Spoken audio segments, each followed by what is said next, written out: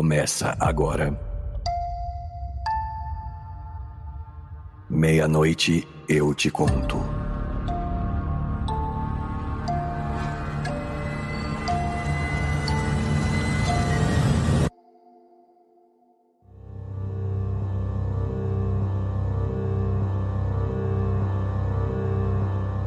Olá, fã do terror. Eu sou o Felipe Santos. E eu sou a Nath. No episódio de hoje, vamos fazer algo diferente. Temos aqui uma creepypasta pra ler em homenagem ao Dia das Mães. Todas as mães do nosso país afora, as melhores e as piores também. Todo tipo de mãe aqui tá inclusa. A mãe que é pai, o pai que é mãe, a mãe que não foi mãe, a mãe que não existe. Sim, até as mamães de bebê reborn. Pesada essa daí, hein, amigo?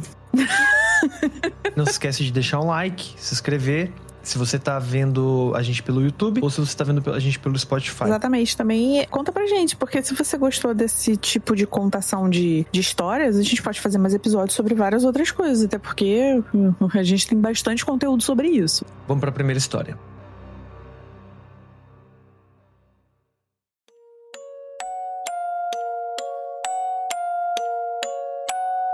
Foi a coisa mais estranha. Entrando na cozinha pra tomar o café da manhã, encontrei meu pai sentado à mesa, sóbrio, pela primeira vez.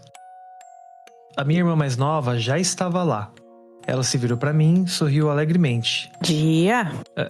Oi? Eu murmurei. Ela continuou zombando das panquecas na sua frente. Só nosso pai comia panquecas. Nós comíamos torradas. Mas hoje, o papai não tinha nada além de um prato vazio. Sentei-me na mesa, no lugar que achei melhor. Mas hesitei em comer. Onde está a mamãe? Não perguntei a ninguém em particular. Meu pai disse que ela estava com dor de cabeça. E eu não consegui encontrar seus olhos. Coma, ela fez pra você, ele me disse.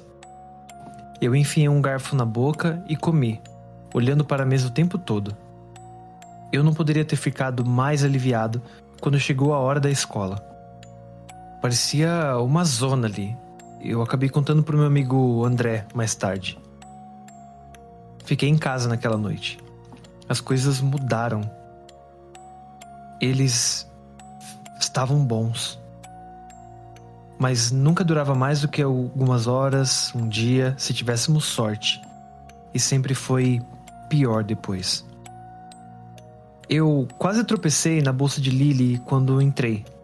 Ela jogou perto da porta. Peguei a bolsa dela e fui pro nosso quarto. Ela sabia que papai odiava bagunça.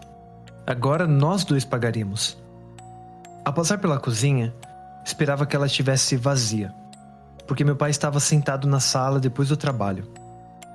Mas não estava vazio. Papai estava lá, à mesa, exatamente onde estava de manhã. Mamãe estava lavando louça atrás dele. Eu congelei como um cervo diante do farol do carro. Olá, Jô, disse meu pai. Oi. Os pratos e copos caíram na pia diante da mãe. Oi, querido. O jantar é às 6. Fala pra sua irmã, tá? Ok. Eu consegui. Eu disse antes de começar a correr pro meu quarto. Lily já estava lá, deitada na cama. E ouvindo música pelos fones de ouvido. Deixei cair a bolsa dela e tirei os fones de ouvido da cabeça dela. Ei! Ela se sentou e tentou pegá-los de volta. Você conhece as regras, eu sussurrei. Não pode ouvir música antes das 5. Papai não se importa. Eu olhei para ela, chocado. Papai não se importa? Depois de tudo? Como ela pode dizer isso? Claro que as coisas estavam estranhas agora, mas ela sabia que ele podia voltar ao normal a qualquer momento. Por que cutucar uma onça com a vara curta? Eu balancei a cabeça decepcionado. Sem música? Lily levantou-se da cama e olhou para mim. Você vai ser igual a ele se continuar assim. Suas palavras doeram.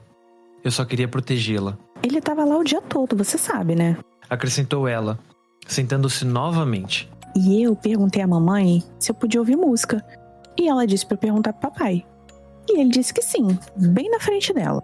Enquanto eu digeria suas palavras, ela pegou os fones de ouvido, colocou-os sobre as orelhas e deitou-se de costas para mim. Eu me sentei na cama e fiquei me perguntando o que porra que estava acontecendo. estava com muito medo de verificar o que ela disse e realmente não acreditei.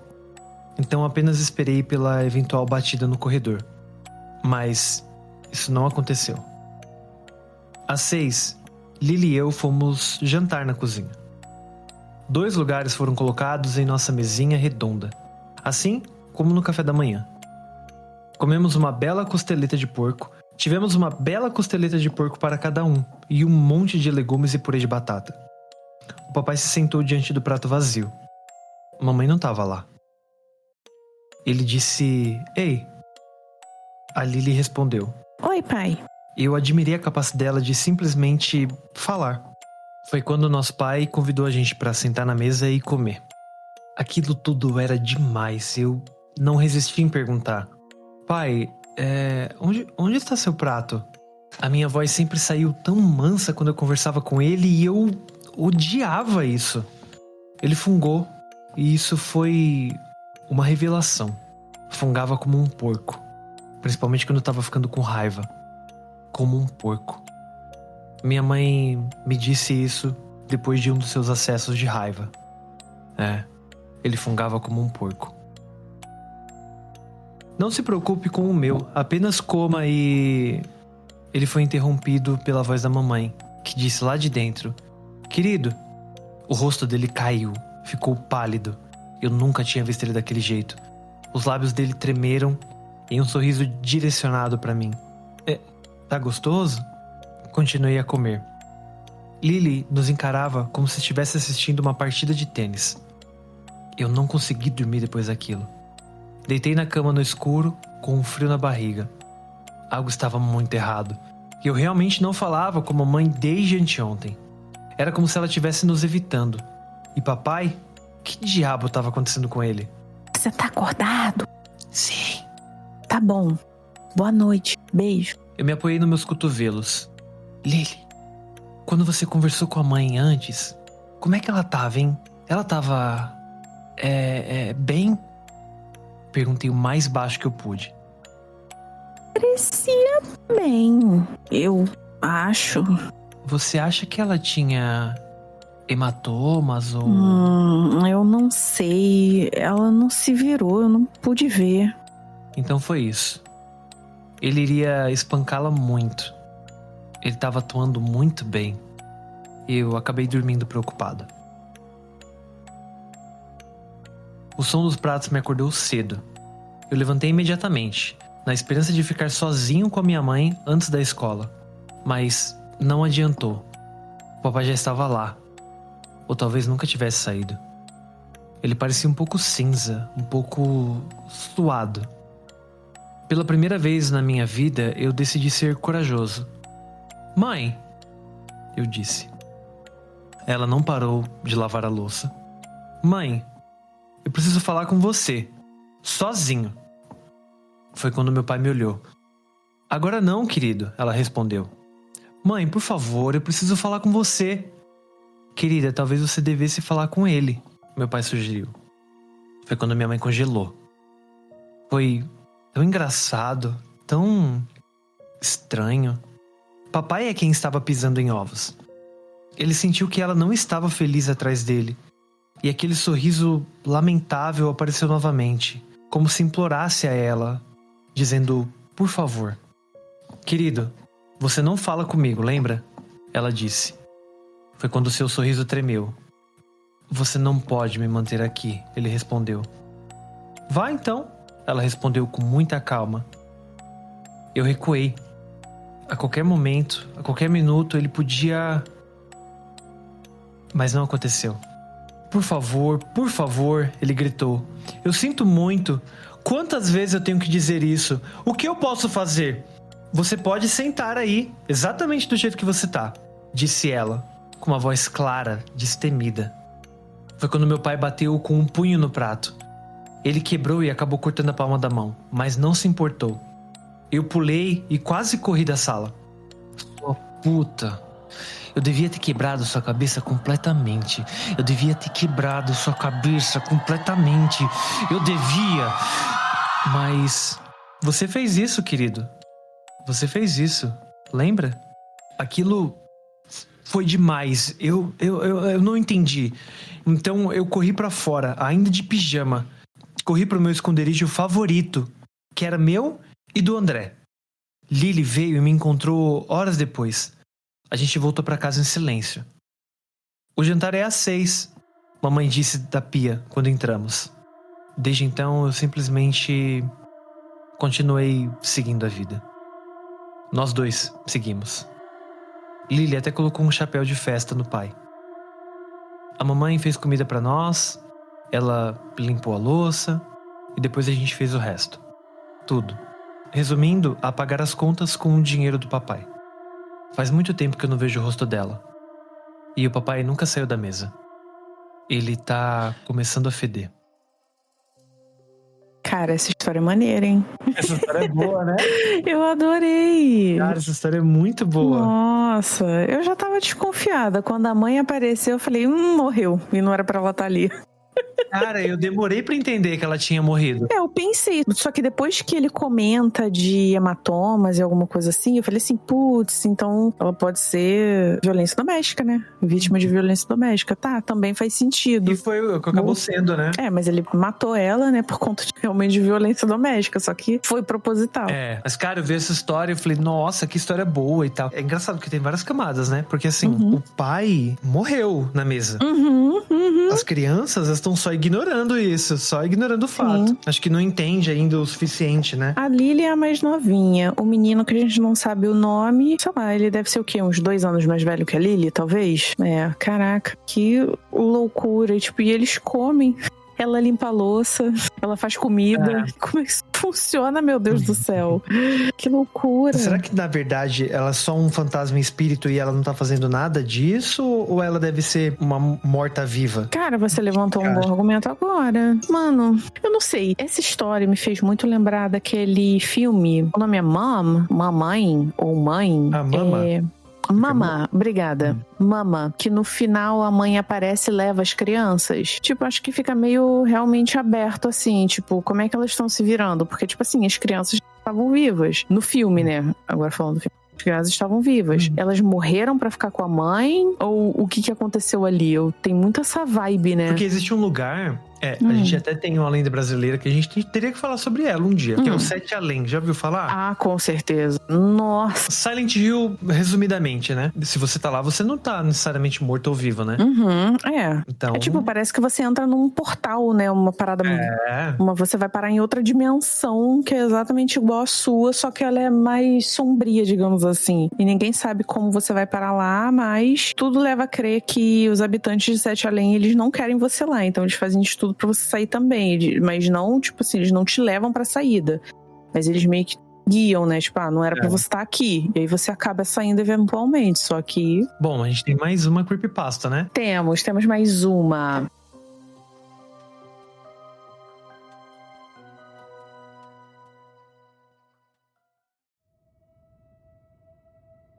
Minha mãe me criou como mãe solteira, e tem sido minha melhor amiga desde que me lembro. Ela não era rígida nem séria, sempre foi divertida, apoiadora e carinhosa. Ela não era psicopata, mas ela nunca riu. Eu não percebi a incapacidade da minha mãe de expressar ou reagir ao humor até meados de julho, quando eu tinha uns 6 anos. Todo mundo foi para casa da vovó para comemorar. Meu tio era o típico tiozão do pavê, conversando com todo mundo, contando piada, enquanto quebrava ovos e grelhava um bife.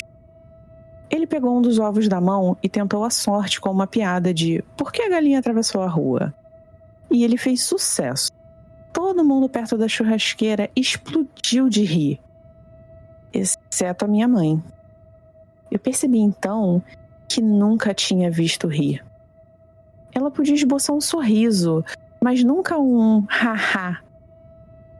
Talvez o humor simplesmente não fosse a praia dela. Sendo a curiosa criança de 6 anos que eu era, mais tarde naquela noite eu perguntei a ela: "Mãe, por que você não ri?"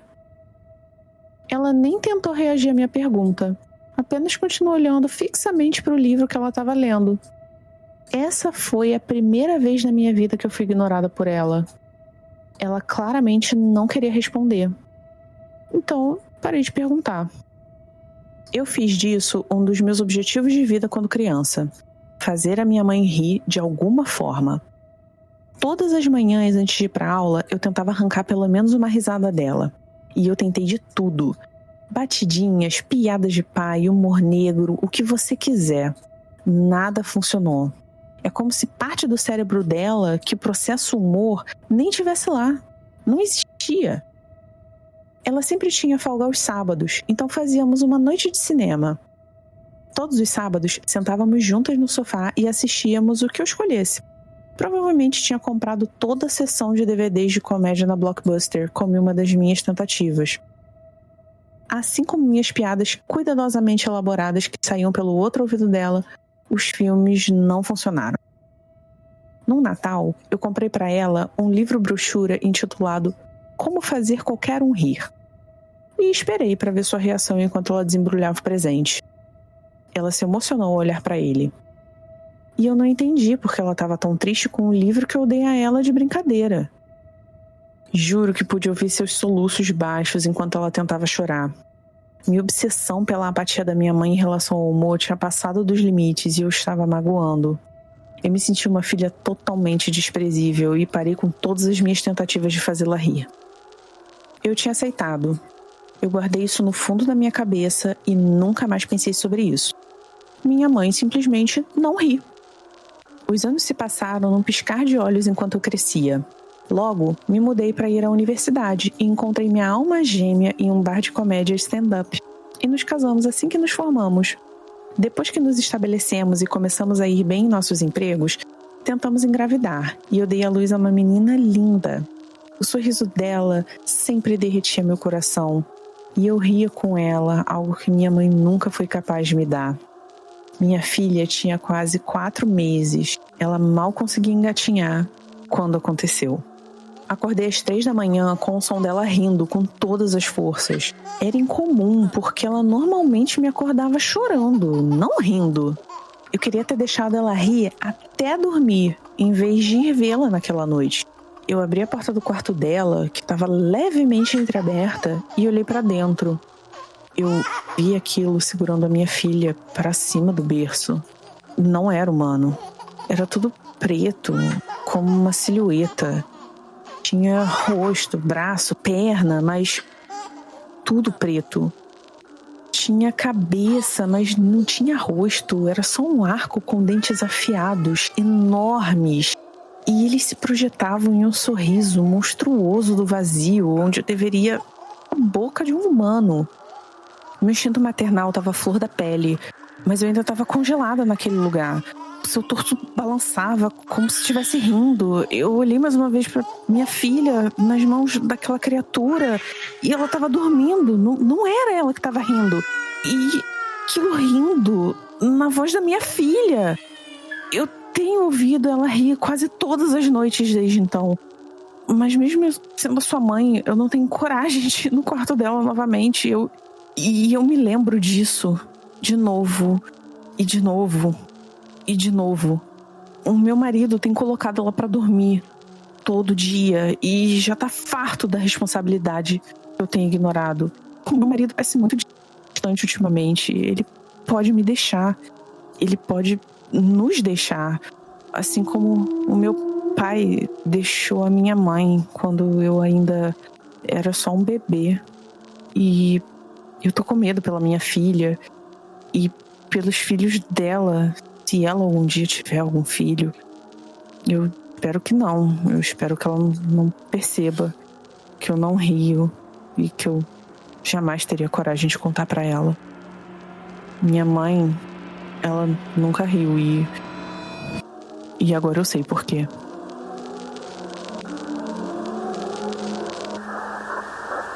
Caralho, você mandou muito bem. Nossa, convenceu muito. Cara, porque eu fui entendendo junto conforme eu tava lendo.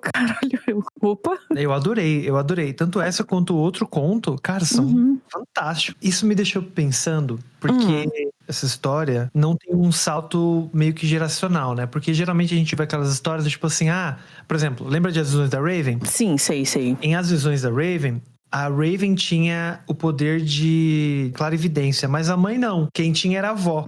Verdade. E né, toda geração tá sendo marcada por essa criatura. Mas aparentemente, ela é uma criatura que só imita a voz do bebê, né? Porque ela não fez nada. Sim, a risada do bebê. Risada Só do ri, bebê. né? Só ri. Esse não terei coragem de contar pra ela, mano, o trauma, tá ligado? Tipo, que a mãe dessa mulher leva. Imagina agora o primeiro contato dela com a mãe dela, de olhar nos olhos assim e falar, eu sei. Agora eu entendi. Cara, sei lá, tipo, tá tudo bem? Não tá tudo bem. Tipo, e aí? O que eu faço? O que a gente faz? Meu Deus. Ai, eu não sei se eu chamaria um exorcista, não.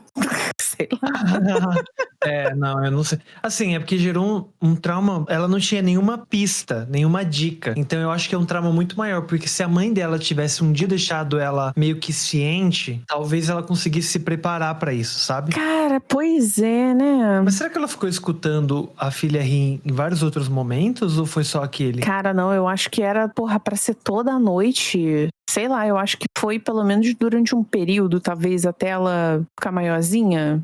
Não sei, será que... viu, né? Era só a mãe. É tipo uma maldição, né? Que loucura. Será que se nascesse um homem, a maldição iria passar pra ele quando ele tivesse um filho ou uma filha? Cara, fica aí o questionamento. Machismo disfarçado? Tô zoando, não sei. Cara, mas boa pergunta. Eu, não sei. Você deve passar pro cara. Não, eu gostei da história, do jeitinho que ela tá. É porque se a gente trazer muito pra realidade, ela vai perdendo um pouco desse mistério, né?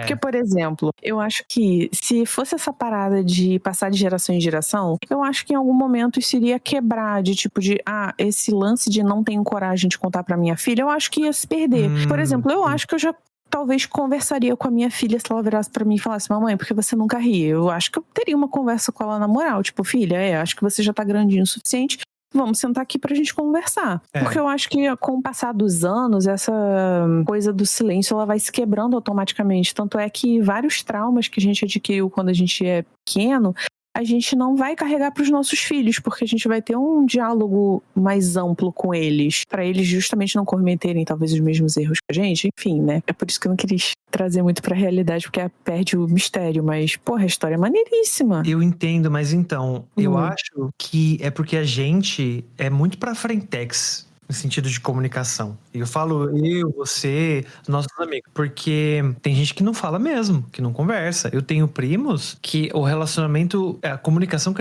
eles têm com os pais é ultra limitada. Ah, sim, sim. De tipo, a mãe descobrir coisas que todo mundo já sabia agora, sabe? Nossa, mas estava na cara desde quando ele era criança. Não, eu super entendo.